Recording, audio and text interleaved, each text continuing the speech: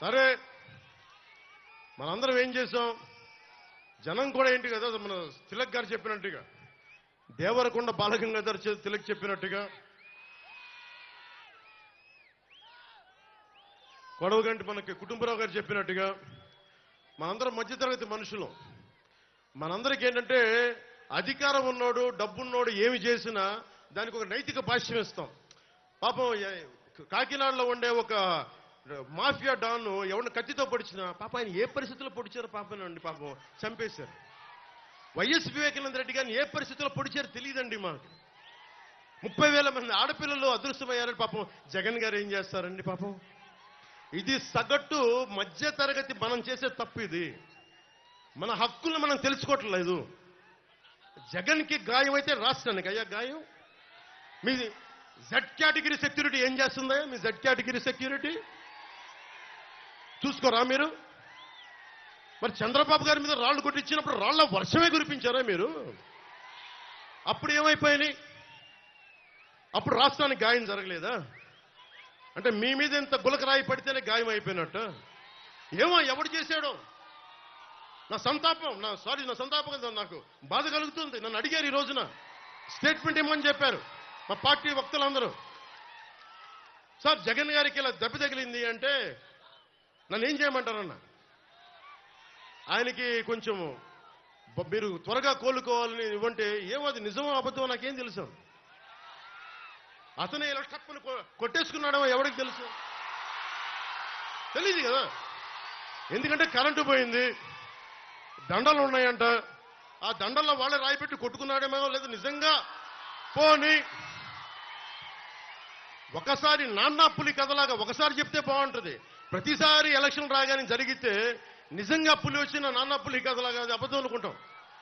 సరే, నిజంగా మీ మీద రాయిసి చూడండి, మీరు పట్టుకోండి. ఎదురుగా పొడిచిన వ్యక్తినే ఈ రోజు వరకు మీరు పట్టుకోలేదు. జైలు నుంచి అతను బెయిల్ ఇప్పించారు 5 సంవత్సరాల తర్వాత. కోడికత్తి వ్యక్తినే. ఈ సెంటిమెంట్ డ్రామాలు దయచేసి ఆపండి. ఈ నాటకాలు భరించలేకపోతున్నాం.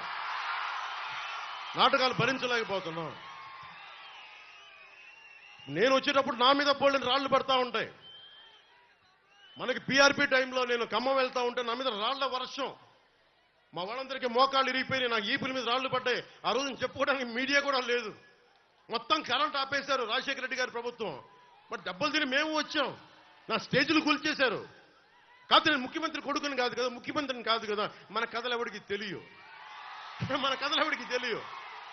జగన్ గారికి ఎంత రాగానే అయ్యయ్యో ఎంత బాధ జరుగుతుందండి, అయ్యయ్యో పాపం. అమర్నాథ్ని తిరుగు తోటలో కాల్ చేస్తే పాపం లేదు. అది వైసీపీ వాళ్ళకి పట్టదు.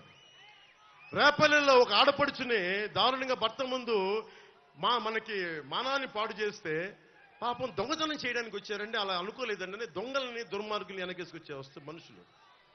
జగన్ గారితో ఇంత పడగానే నాకు నిజంగా అనిపించింది, జెడ్ కేటగిరీ సెక్యూరిటీ మీరందరూ ఏమయ్యారయ్యా? పోలీస్ అధికారులు ఏమయ్యారు? డీజీపీ గారు ఏమైపోయారు? ఇంటెలిజెన్స్ ఆఫీసర్ గారు ఏమైపోయారు మీరంతా? ఒక అందరినీ దాడి చేసే వ్యక్తి అతని మీద దాడి చేయడానికి ఎవడన్నా సంతోషిస్తాడు? మనకి నిజంగా సాహసిస్తాడా? నిజంగా ఇంత యంత్రాంగం ఉండి పట్టుకోవడానికి మీకు ఎంతసేపు పట్టుకోవడానికి? రేపొద్దున ఎవడన్నా పట్టుకుని కూడా వాళ్ళు ప్రేరేపించారు, వీళ్ళు మీ వాడే చేశాడేమో. 2019లో మీ కూర్చోబెట్టి కోడికత్తి కోసం జగన్ గారు సీఎం అవ్వాలని డ్రామా ఆడటానికి నేనే పొడిచానని ఆ అబ్బాయి చెప్పాడు. ఈరోజు అలాగే చేశారేమో కనుక్కోండి. కానీ నేను మీకు చెప్తున్నాను, ఇలాంటి డ్రామాలకి మనం పడాల్సిన అవసరం లేదు. దయచేసి పడకండి. నిర్ద్వందంగా దాన్ని తీసి పక్కన పెట్టండి. అరే, ఇద్దరు చెల్లెళ్ళు, సొంత చెల్లెళ్ళు. అరే, మా నాన్నగారిని చంపేశారు, మా చిన్నాయని చంపేశాడంటే అడ్డగోలుగా బద్దలు కొట్టి కత్తితో పొడిచి చంపితే అందరూ గుండి పొడిచి పడిపోయాడు. వీళ్ళ కథలు మనం ఎలా నమ్ముతాం? ఈరోజు ఆయన వివేకానంద రెడ్డి గారు అమ్మాయి సునీత గారు వైరాలజిస్ట్. ఆవిడ అమెరికాలో చదువుకున్న వ్యక్తి, వైరాలజిస్టు. కరోనా లాంటి వైరస్ ని ఆవిడ దాని మీద నిజంగా వైద్యం చేయగలిగే వ్యక్తి.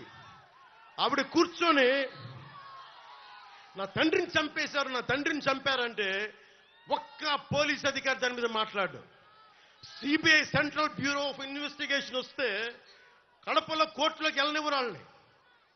ఇంత దారుణంగా ఉంటే మనందరం కూర్చొని చేతులు పొడిచి కూర్చున్నాం. మనందరం మనకు పౌరుషం చచ్చిపోయింది, మనందరికీ చచ్చిపోయింది. ఎందుకు నేను వ్యతిరేక ఓటును చీలద్దు చీలద్దు చీలద్దు ఎందుకంటానంటే ప్రజాస్వామ్యాన్ని కూలి చేసేవాడు ఒకడు కూర్చొని మనందరినీ పొడుస్తా, చంపుతా, దోపిడీ చేస్తా ఉంటే ఎంతకాలం భరిస్తాం? ఎంతకాలం?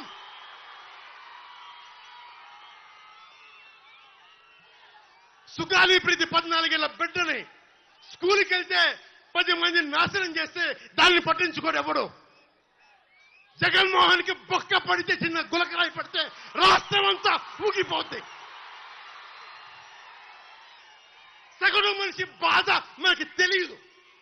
సగటు మనిషి బాధ మర్చిపోయాం. నిజంగా నాకు ఆవేదన ఉంది, ఏడుపు వస్తుంది. తప్పు జగన్మోహన్ రెడ్డి కాదు, మందే. మనకు పౌరుషం చచ్చిపోయింది.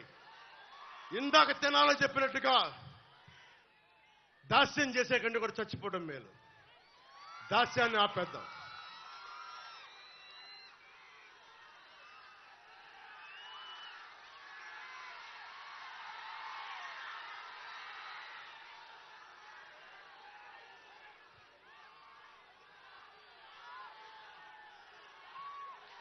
I don't want to be politically right. I don't want to be diplomatically right. I don't want to be convenient. I want to be right. అందుకని డిప్లొమసీ పక్కన పెట్టి గుండెల లోతుల నుంచి రాజకీయం చేద్దాం. గుండెల లోతుల నుంచి పాలిటిక్స్ చేద్దాం. మనం ఎవరం కులాలకి ప్రాంతాలకి దాటి గుంటూరు వినుకొండలో పుట్టిన జాషువా ఆయన స్ఫూర్తితోటి విశ్వనరుడి స్ఫూర్తిని తీసుకెళ్తే తప్ప ఈ ప్రభుత్వాలని మనం మార్చలేం. చంద్రబాబు గారికి, ముఖ్యంగా ఆలపాటి రాజా గారికి చాలా చాలా ధన్యవాదాలు. ఎందుకంటే మేమందరం కూడా కూర్చొని నా సైజు నేను తగ్గించుకున్నా. జనసేన ఓటు పెరిగి కూడా నేను ఎందుకు తగ్గించుకున్నానంటే మీరు గెలవడానికి తగ్గించుకున్నాను. ఇంకొకసారి ఈ ప్రభుత్వాన్ని మనం తీసుకోలేం.